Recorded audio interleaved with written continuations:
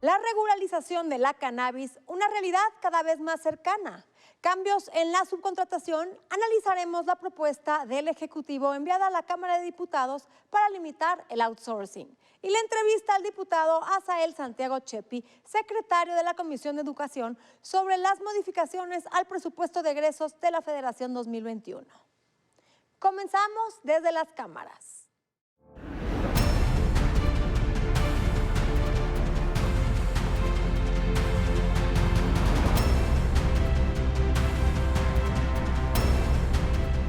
La propuesta para legalizar finalmente la marihuana o cannabis se está discutiendo en Cámara de Senadores.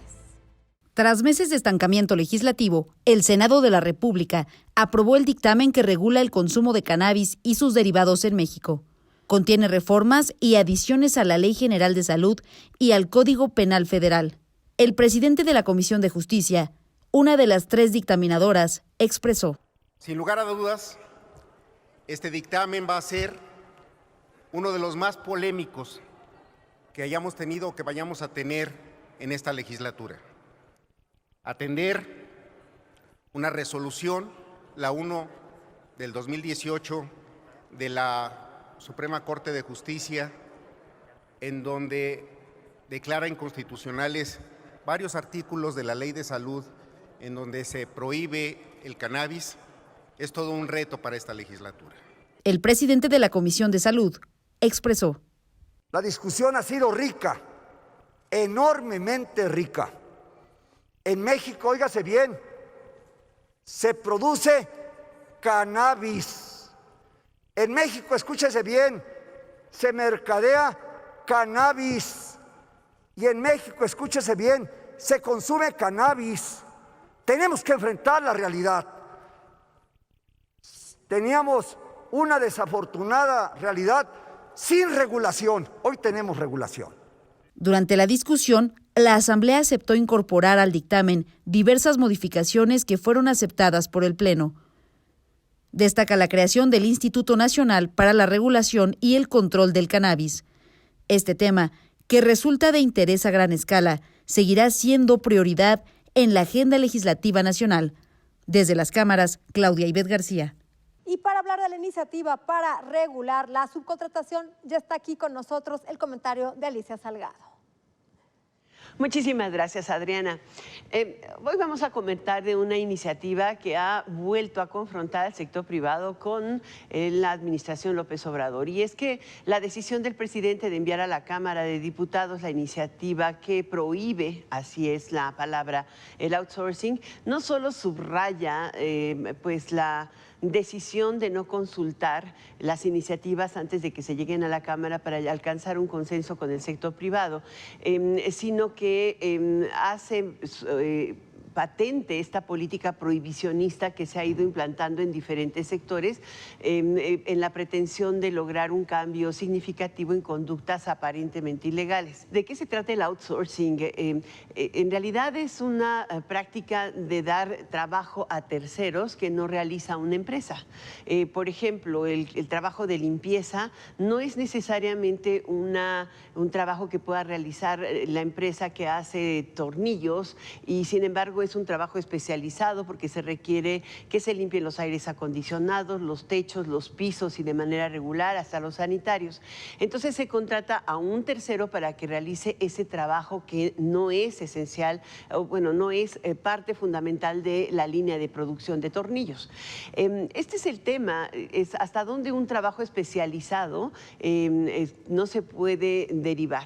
Y por la otra, la iniciativa es muy vaga porque da posibilidades a que siga contratándose ese tipo de trabajos, pero al mismo tiempo dice que no se vale considerar especializado a algún trabajo que es fundamental en el área de una empresa. ¿Y quién va a definirlo? ¿Un inspector fiscal? ¿Cómo se va a definir? Y te puedo poner el caso de servicios, por ejemplo, comerciales, o entre los dependientes de una empresa, o el que hace toda la distribución del inventario en la empresa, o el que exhibe o hace los aparadores para mostrar la mercancía. En fin, es un tema insisto, complejo y requiere definiciones muy precisas para evitar que haya discrecionalidad en la aplicación de esta ley hacia adelante.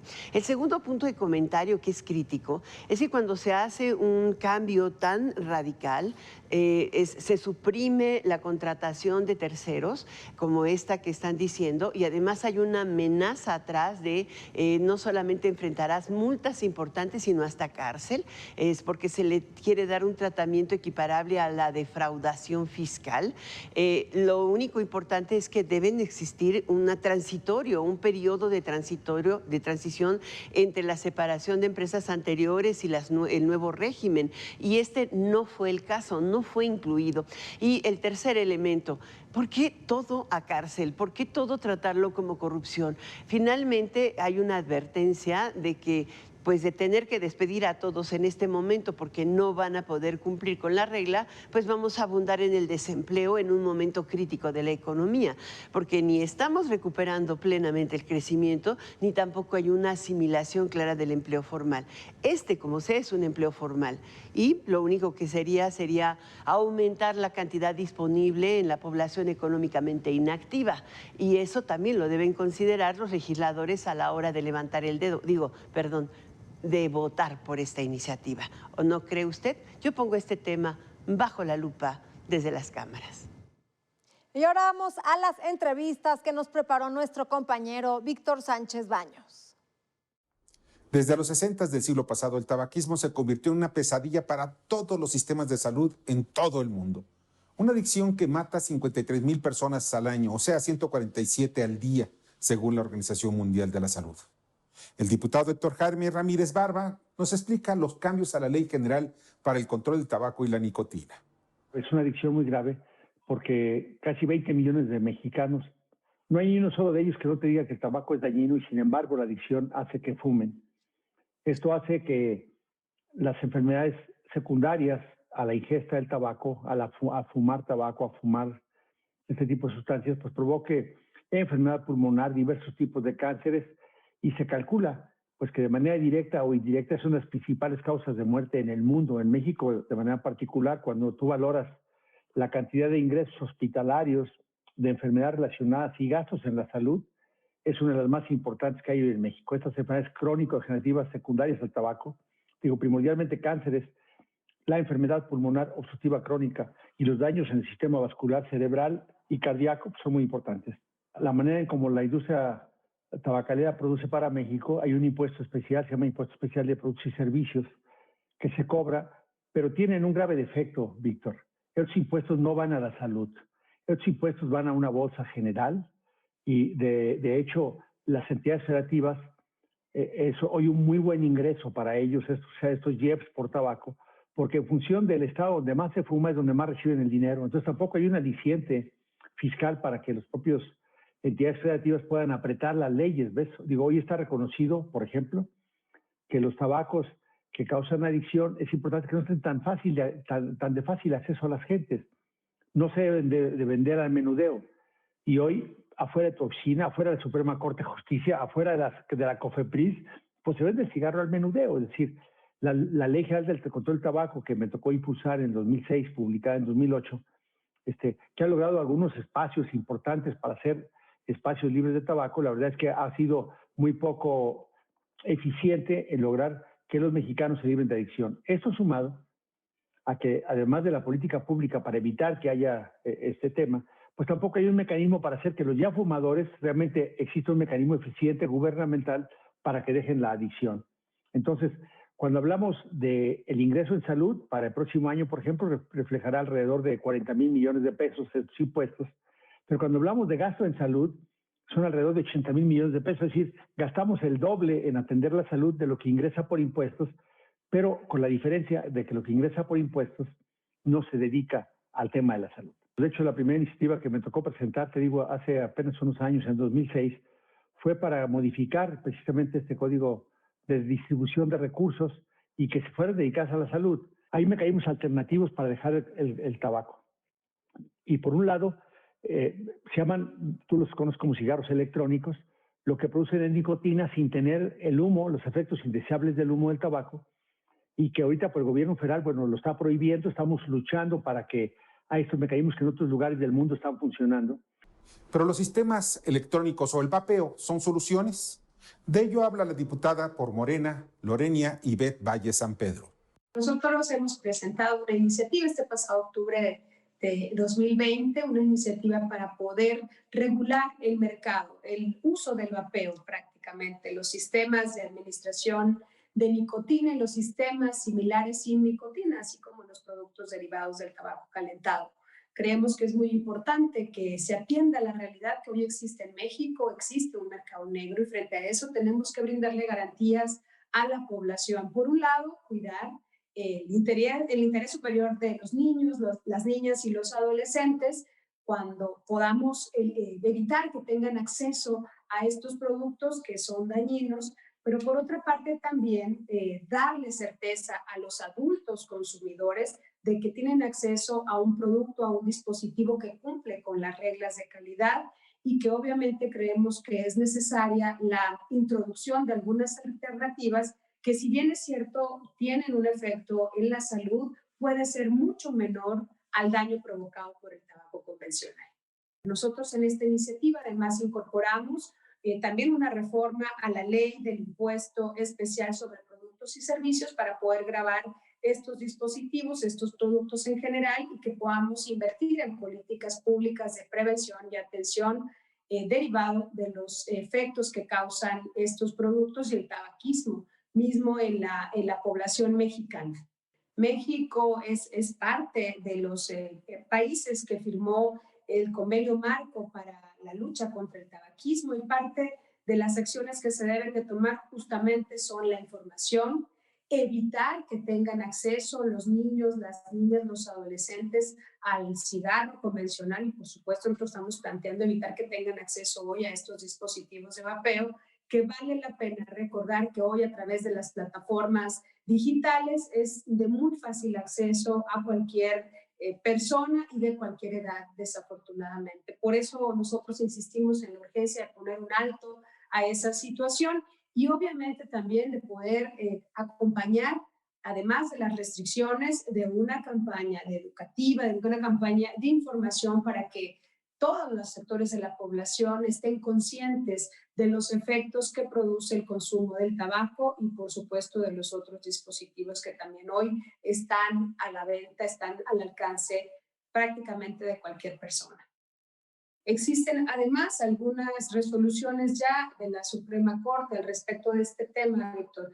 Fíjate que la Suprema Corte ha dicho que es inconstitucional la no regulación, porque pues ahí atenta contra el libre derecho a la personalidad, y por supuesto nosotros creemos que es importante acompañar de todos estos elementos, de todos estos argumentos. Nosotros hemos hecho un análisis muy a conciencia de cada uno de los aspectos, tanto el legal, el social. En esa parte yo decirte que no fumo ni cigarro convencional ni dispositivos electrónicos, sin embargo creemos que es importante actualizar nuestras leyes y hacerle frente a una realidad que hoy tenemos en México. Hay una reglamentación sobre el tabaco y la nicotina. Sin embargo, estas siguen al alcance de los niños, que a los 12 años se convierten en adictos al tabaquismo. La misma suerte pueden seguir la cannabis en caso que se apruebe para fines lúdicos. La suerte de las próximas generaciones está en nuestras manos y a través de nuestras leyes debemos castigar físicamente el consumo para desestimular su comercialización. Vamos a un corte comercial y no se vaya, porque a nuestro regreso estará con nosotros el diputado Asael Santiago Chepi, quien nos va a platicar sobre las modificaciones al presupuesto de egresos de la Federación 2021. Ha sido un éxito porque permite la organización, la experiencia y el trabajo se ve reflejado en estos planteles educativos. Hay un gran beneficio, cosa que en el pasado no lo veíamos, no lo palpábamos. Hoy, con el programa La Escuela es Nuestra, se está beneficiando a muchos alumnos, garantizándoles mejores condiciones en las escuelas, como un derecho humano, la educación en condiciones dignas y viendo siempre por el bienestar de las presentes y futuras generaciones.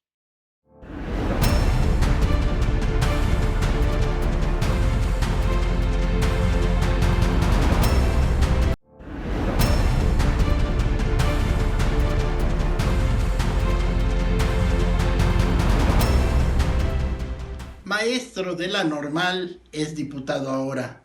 Fue líder sindical de la rebelde coordinadora. Asael Santiago Chepi, un profesor que destaca. Orgullo de Tlacolula y de la Sierra Norte de Oaxaca. Para hablar de educación viene hoy el diputado y siempre lo hace con pasión, por eso es nuestro invitado. Ya estamos de regreso del corte, gracias por permanecer con nosotros y esta noche nos acompaña aquí vía Zoom en el estudio de Desde las Cámaras el diputado Asael Santiago Chepi, quien es secretario de la Comisión de Educación. ¿Qué tal, secretario? Buenas noches, ¿cómo está? Hola, ¿cómo estás, Adriana? Muy buenas noches, te saludo con aprecio y con respeto. Diputado, pues enhorabuena de las varias y miles de reservas que se presentaron en la discusión y aprobación del presupuesto de egresos de la Federación 2021. Dentro de las que se aprobaron son 3 que usted presentó y todas son para mejorar la educación de este país. La primera es, le bajó recursos, 170 millones de pesos a las escuelas normales. Platíquenos de qué se trata esta reforma. Comentarte que derivado de la aprobación de la reforma educativa el año pasado, el compromiso es fortalecer la profesionalización de las maestras y de los maestros. Esto desde las escuelas normales públicas del país, que son arriba de 250 normales. Es muy importante la profesionalización de quienes van a estar al frente de las niñas, los niños, de los adolescentes, de todos los estudiantes de las escuelas públicas y particulares también. Efectivamente, propusimos una reserva para otorgarle mayor presupuesto. Este presupuesto para infraestructura, pero además también para la profesionalización de los futuros maestras y maestros. Entonces, estamos cumpliendo el compromiso. La reforma educativa que se aprobó el año pasado plantea ponderar la formación docente, que la maestra y el maestro tengan la formación, los conocimientos, todas las experiencias, capacidades, habilidades pedagógicas, didácticas, para poder hacer frente. Y sobre todo ahora, ante esta pandemia, es muy importante interactuar, tener conocimientos psicológicos, tener conocimientos formativos que permitan hacer frente a este momento y a futuro también. Es algo muy importante lo que los compañeros legisladores de todos los grupos parlamentarios pudimos coincidir en que de consenso se fortalezca a las escuelas normales de nuestro país. Diputado, otra de las reservas que usted presentó y que también se aprobaron fue aumentarle 4.5 millones al Programa Nacional de Reconstrucción. Comentarles que derivado de los sismos del año 2017 y con la llegada del gobierno federal que encabeza el licenciado Andrés Manuel López Obrador, se planteó un programa nacional de reconstrucción en los rubros de vivienda, de cultura, en salud y en educación. Desafortunadamente, este rubro quedó pendiente en la propuesta inicial. Sin embargo, hubo una reconsideración porque aún tenemos escuelas en 7 estados de la República que hacen falta atender, que hace falta reconstruir, y si bien este recurso no es suficiente, pero nos permite consolidar este programa, nos permite que podamos seguir haciendo las gestiones ante las instancias correspondientes y poder generar un mayor presupuesto. Decirte que hay un presupuesto importante del programa La Escuela es Nuestra, que está beneficiando a muchas instituciones educativas en el país, y este complemento del Programa Nacional de Reconstrucción y con este presupuesto que se otorgó nos va a permitir buscar mayores ingresos de las arcas públicas de la Federación para que podamos atender esta gran necesidad de reconstruir las escuelas. Diputado, usted ha sido un gran luchador en pro de la educación. Platícanos para las personas que nos están viendo de qué se trata este programa de La Escuela es Nuestra. El programa La Escuela es Nuestra es un programa que está enfocado a tener espacios dignos. Es un programa en donde en coordinación los padres de familia, con un comité, con las maestras, con los maestros, con las autoridades, podrán hacer uso de estos recursos para ver cuáles son las necesidades inmediatas, desde equipamiento, desde habilitar algún espacio, los baños, las áreas físicas, desde hacer algún trabajo menor de rehabilitación de los planteles. Se están organizando y lo más importante es que están administrando de manera eficaz este recurso. Es un recurso que oscila desde los 150,000 pesos, 300,000 pesos, hasta 500,000 pesos, dependiendo del número de alumnos en los centros educativos. Este recurso será otorgado durante 3 periodos escolares y hemos observado, al menos su servidor, que es del estado de Oaxaca, que ha sido un éxito porque permite la organización, la experiencia y el trabajo se ve reflejado en estos planteles educativos. Hay un gran beneficio, cosa que en el pasado no lo veíamos, no lo palpábamos. Hoy, con el programa La Escuela es Nuestra, se está beneficiando a muchos alumnos, garantizándoles mejores condiciones en las escuelas como un derecho humano, la educación en condiciones dignas y viendo siempre por el bienestar de las presentes y futuras generaciones. Así es, diputado, la educación es un derecho constitucional y la educación digna está en manos del gobierno. Otra de las reservas que usted presentó, que también se discutió y se aprobó, es el regreso de los programas de tiempo completo. Esto beneficia a los alumnos y también a las madres trabajadoras. Platíquenos de qué se trata. Tenemos en todo el país arriba de 25,000 escuelas con este programa. Escuelas de tiempo completo, en donde se generan condiciones para que niñas y niños puedan ampliar su horario escolar, beneficiar a padres y madres de familia, trabajadores, trabajadoras, pero además también se les da alimentación y esto conlleva a que las maestras y los maestros tengan también un incentivo. Este programa está beneficiando a muchas escuelas en el país, te reitero, cerca de 28,000 centros educativos, y a través del programa La Escuela es Nuestra se contemplan estos componentes, se mantiene el programa Escuelas de Tiempo Completo y vamos a estar muy atentos a que los recursos se prioricen y que garanticen mejores condiciones a los estudiantes. Y yo quiero decirte que también fue aprobado de consenso, el cual agradezco mucho a todos los grupos parlamentarios que pudimos hacer estas reasignaciones a un sector fundamental, como tú atinadamente comentas, que es el rubro de educación, que fueron prioridad en este presupuesto de egresos 2021. Salud y educación fue la prioridad y afortunadamente pudimos encontrar los acuerdos con todos los diputados de esta legislatura.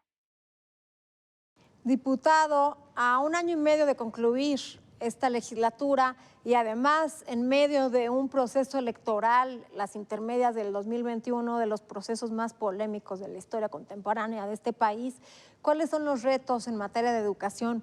¿Qué sigue? ¿Cuál propuesta nos trae?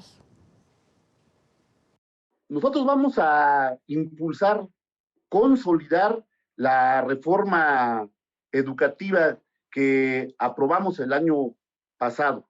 Decirte que tenemos que fortalecer diferentes rubros de todo el sistema educativo nacional, pero el centro ahora son las alumnas, los alumnos y los maestros, que tenemos otra visión de la educación pública en nuestro país. Hoy sí se evalúa, pero no se sanciona. Hoy se reconocen los derechos de los trabajadores, pero sobre todo de las niñas y de los niños, y el compromiso que se hizo en la parte de fortalecer la cuarta transformación es garantizar la educación como un derecho humano y garantizar los derechos de los trabajadores. Hay un escenario complejo porque aún hay muchas necesidades, pero estamos contentos y optimistas porque quiero comentarte que pronto también se pondrá en marcha un programa que se llama Internet para Todos, como un compromiso del presidente que va a garantizar que todos los instrumentos y herramientas digitales puedan llegar a todas las comunidades de este país.